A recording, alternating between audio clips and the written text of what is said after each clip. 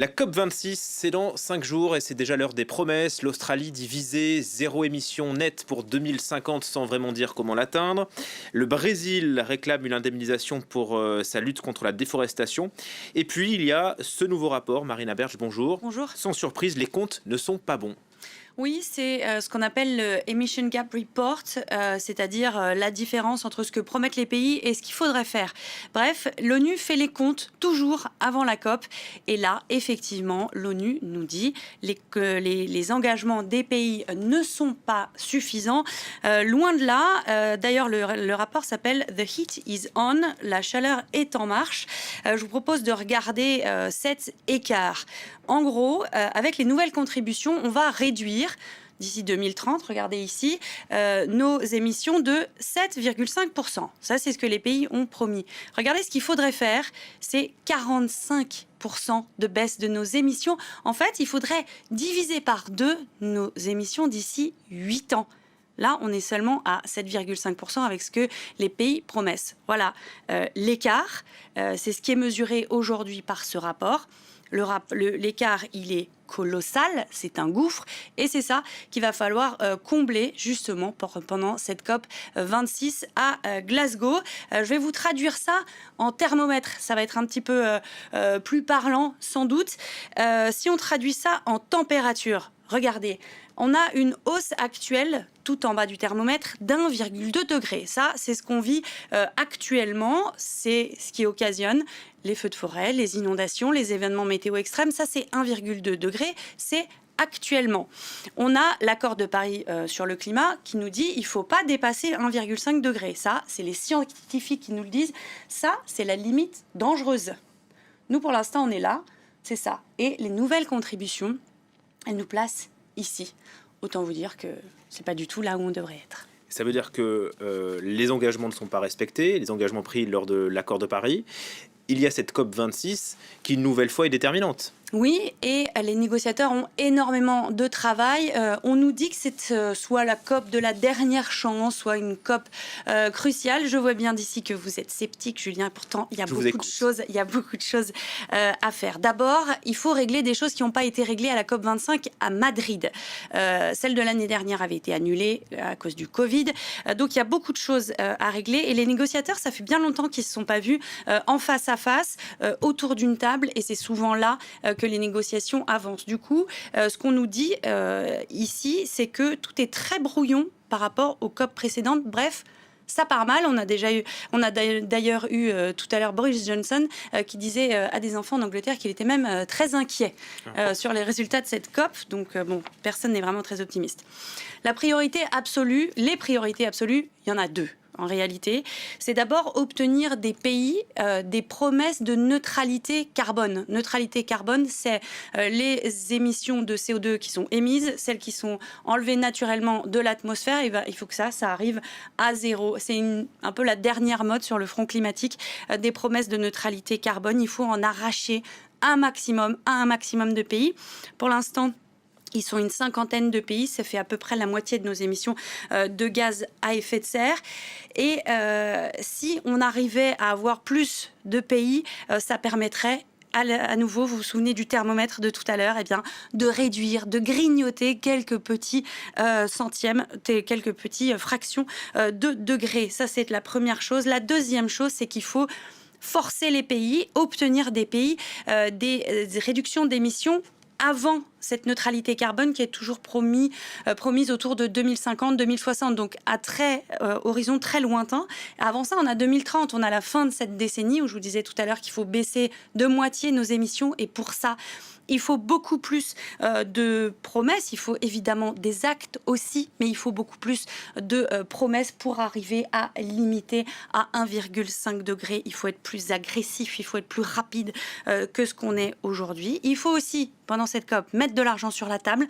On a beaucoup de tensions en ce moment entre les pays du Nord qui ont promis 100 milliards de dollars par an. On est environ à 80 milliards de dollars par an pour les pays du Sud pour faire face au réchauffement climatique. Les pays du Sud disent que l'argent n'est pas là, que ça ne suffit pas. Bref, il y a de grosses tensions là-dessus. C'est ça qu'il va falloir suivre pendant cette COP. Et puis aussi, on va beaucoup parler du marché carbone. Vous savez, les permis de polluer en substance. Comment ça fonctionne? Bref, il faut établir les règles du jeu, de comment on va mieux protéger la planète. Donc évidemment, on ne va pas du tout résoudre à la COP26, mais on va avancer petit à petit, marche après marche. Bon, on reste optimiste alors, Marina. On essaye.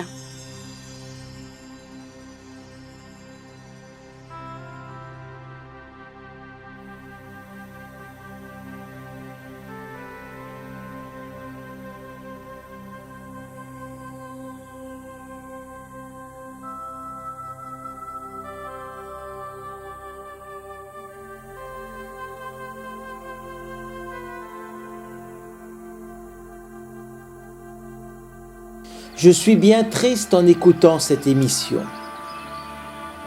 Pauvre terre, que laisserons-nous à nos enfants? Pas besoin d'aller autour du monde. Je vais vous emmener près de chez moi, dans les Côtes d'Armor, à Ploufragan, près de Saint-Brieuc. Je vais essayer de vous résumer. Il y a plus de 35 ans que ces terrains de 130 hectares sont laissés en friche. Avant, c'était un aéroport et la nature a repris ses droits. Ici, plus de 40 espèces d'oiseaux niches, dont certains sont sur la liste rouge. Bouvreuil de pivoine, tourterelle des bois, alouette des champs, etc.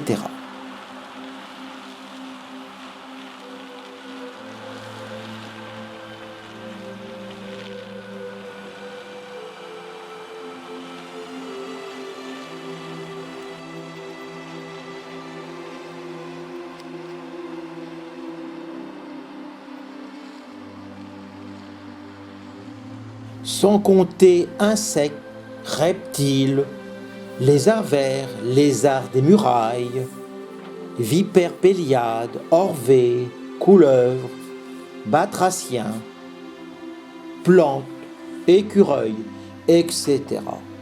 Sans oublier faune sauvage, chevreuil d'Europe, renard roux, sanglier. Et sûrement, j'en oublie. En ce moment, on parle de la COP26 au plan mondial et on ne pense même pas autour de chez nous. Les décideurs ne veulent plus de cette friche. À quoi ça sert? Et puis, ça va rapporter.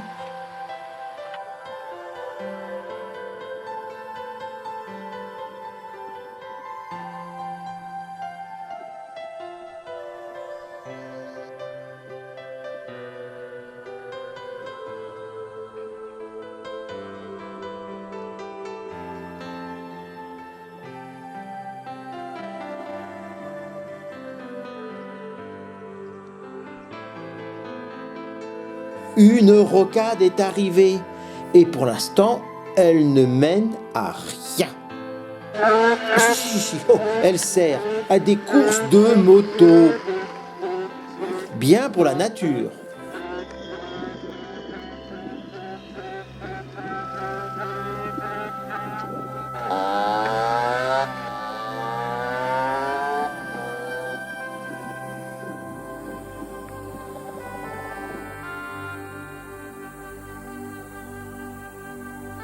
Le Lidl a eu son permis de détruire.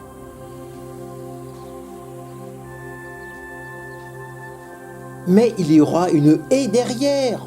Formidable! Dans cet endroit, il y avait justement des nichés, entre autres, de linottes mélodieuses et des lézards des murailles. Ce film ne sera pas beaucoup regardé, mais ça me fait plaisir de le réaliser et d'essayer de défendre ce lieu. C'est notre patrimoine. J'ai écrit au ministre de l'écologie plusieurs fois, mais pas de réponse.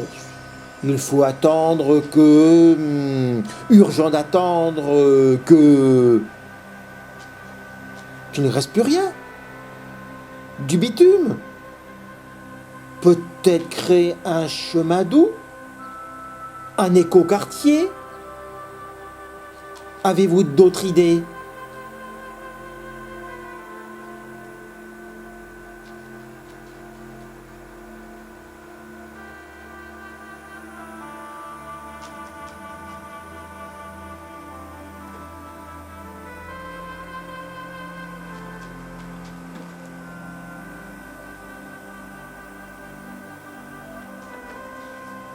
Allez, je me tais et regardez si vous pouvez cette destruction.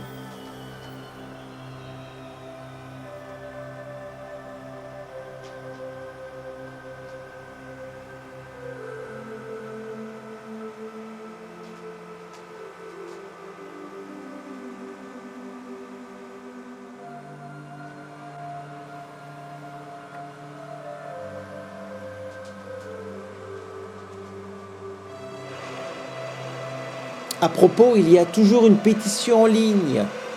Stop à la bétonisation excessive de nos territoires. Non au projet sur l'ancien aéroport de Saint-Brieuc situé aux Plaines Villes à Ploufragan. 40 958 signatures sur mesopinions.com. Je vous remercie pour votre aide.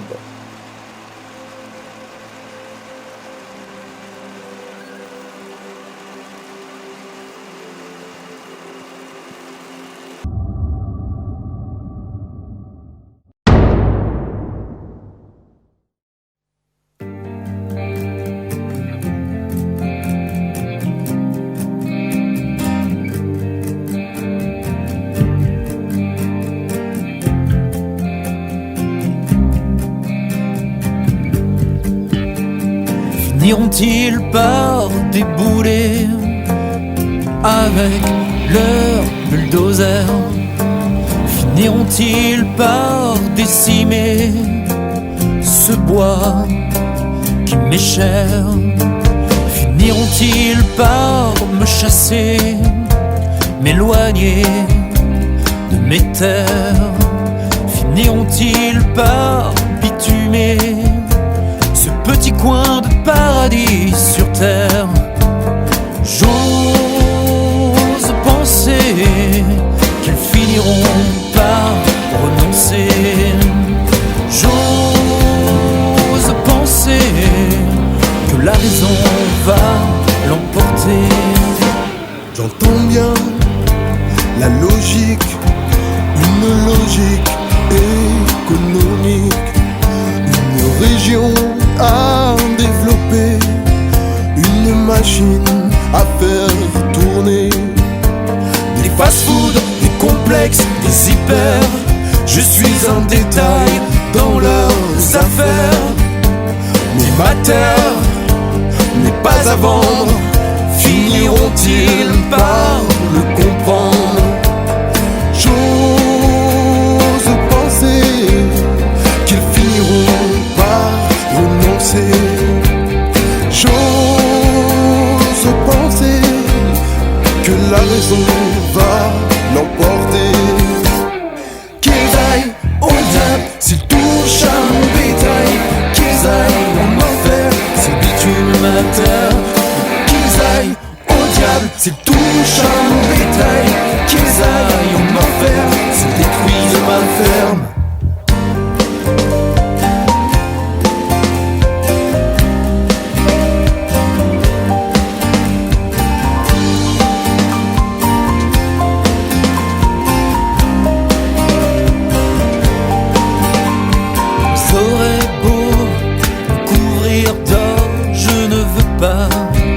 D'aéroport, qu'ils me promettent monts et merveilles, pas de quartier résidentiel.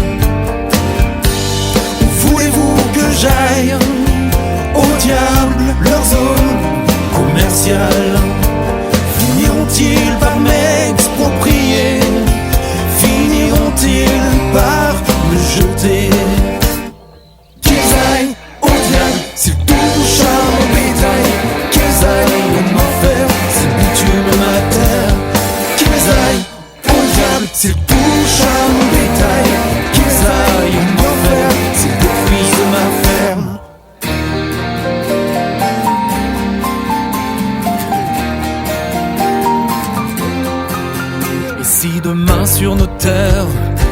cathédrale de verre, du bitume, du béton. On aura l'air un peu con, on ira ailleurs, oui, semer ailleurs, loin d'ici.